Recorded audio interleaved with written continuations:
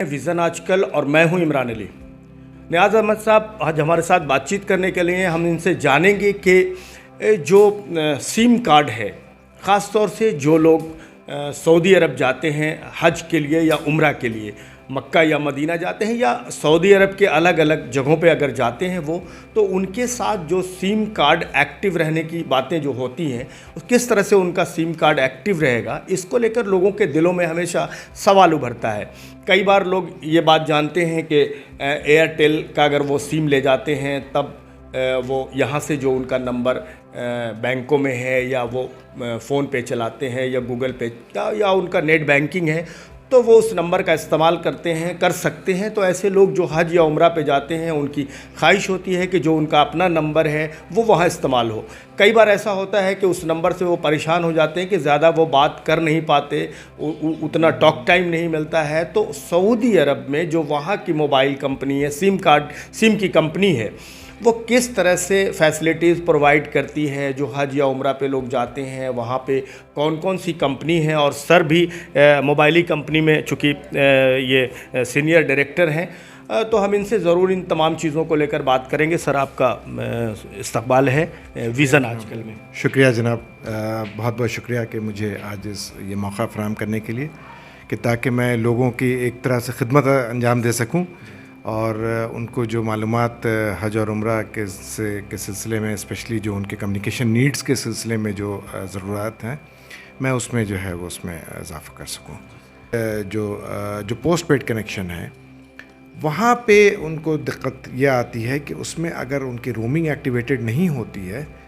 तो फिर क्या होता है कि उनके जो चार्जेस हैं वो बहुत ज़्यादा जो है वो आने लगते हैं। तो एक चीज़ तो जो सबसे इम्पॉर्टेंट है, ख़ास तौर पर डाटा रोमिंग जो है वो बहुत हाई चार्जेस जो है वो उसमें सभी ऑपरेटर्स जो है वो चार्ज करते हैं। तो अक्सर बेशतर क्या होता है कि हम लोग स्मार्टफ़ोन इस्तेमाल करते हैं, और जब हम स्मार्टफ़ोन इस्तेमाल करते हैं और उसका डाटा रोमिंग इनेबल्ड रहता है तो जैसे ही हम वहाँ पहुँचते हैं वैसे ही वहाँ पर उसकी बिलिंग शुरू हो जाती है। और वो कैरियर बिलिंग कई बार क्या होता है कि और वो इमीडिएट आपको पता नहीं चलेगा। मे बी जब आप वापस आएंगे, जब आपके पास बिल आएगा तो हो सकता है कि वो बिल जो है वो 25-30 हज़ार रुपये का बिल आ जाए। तो वो जो है एक अच्छी खासी ये जो है ना वो प्रीपेड जो है वो जो पोस्ट पेड जो कनेक्शन जिनकी बिल्स होते हैं, जिनका बिल जनरेट होता है। प्री पेड वालों के साथ एक आसानी ये होती है कि जैसे ही उनका क्रेडिट ख़त्म होता है उनकी सर्विस जो है डिस्कनेक्ट हो जाती है, तो उनको ये नहीं होगा कि उनको कोई एक बड़ी बिल का कोई ख़दशा होगा। तो ये है। रह गई बात रोमिंग की, तो रोमिंग बहुत ही आसान है। कोई भी जब आप वहाँ पहुँचते हैं तो इमीडिएटली जैसे ही आप वहाँ पहुँचते हैं तो आपको रोमिंग आप जो है वो कैरियर सर्विसेज में जाते हैं, और कैरियर सर्विसेज में नेटवर्क सिलेक्शन में आता है। तो नेटवर्क सिलेक्शन में जब आप जा करके आप सिलेक्ट कर सकते हैं, वहाँ पर बेसिकली 3 मोबाइल ऑपरेटर हैं जो मेजर ऑपरेटर हैं। एक है STC जो कि वहाँ के स्टेट की जो है वो सऊदी टेलीकॉम है, और एक है मोबाइली जो कि second largest telecom service provider है वहाँ पर, और तीसरी है जैन। तो ये तीनों मोबाइल सर्विस प्रोवाइडर जो है वो वहाँ पर मौजूद नहीं, ये तीनों ऑप्शंस आपको मिलेंगे। इसके अलावा आपको वर्जिन और भी दीगर जो है वो छोटे छोटे सर्विस प्रोवाइडर्स आपको वहाँ पर मिलते हैं, आपको सर्विस प्रोवाइडर में लिस्ट में आएंगे। मैं ये सजेस्ट करूँगा व्यूअर्स को कि आप बेहतर ये होगा कि जैसे ही आपके बॉर्डर एंट्री होती है उस वक्त तो कोई रश नहीं होता है। आप एक एयरक्राफ्ट में 400-500 लोग उतरते हैं,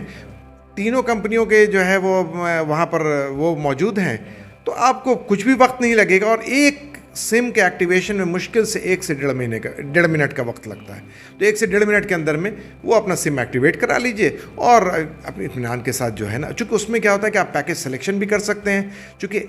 मुख्तलिफ़ किस्म की नीड्स होती हैं। अब जैसे कुछ लोग होते हैं जिनको टॉक टाइम चाहिए होता है, कुछ लोग ऐसे होते हैं जिनको टॉक टाइम कम चाहिए होता है, उनको डाटा ज़्यादा चाहिए होता है। तो जिस तरह के आपकी नीड है उस तरह के पैकेजेस वहाँ पर उनके पास मौजूद रहते हैं, आप उसमें से सिलेक्ट कर सकते हैं और then you can use it for the period.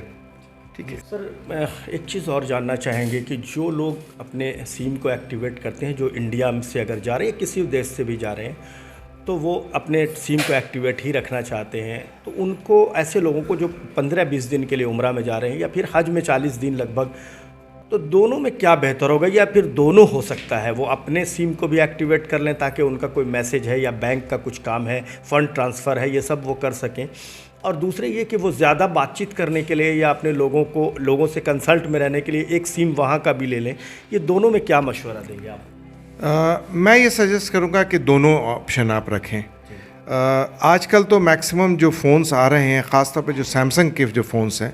वो डुअल सिम इनेबल्ड हैं, तो उसमें दोनों जो है सिम 1 एंड सिम 2 जो है वो आप इस्तेमाल कर सकते हैं। तो एक सिम 1 में आप अपना यहाँ का लोकल नंबर रख लें और जो सिम 2 है उसमें जो आप वहाँ पर सऊदी अरब में जो नंबर लें वो उसमें डाल लें, ताकि अगर आपको कहीं पे कॉल करना हो, कहीं डाटा यूजेज वगैरह करना हो तो आप उसको इस्तेमाल करें। और जब यहाँ पर जैसे कोई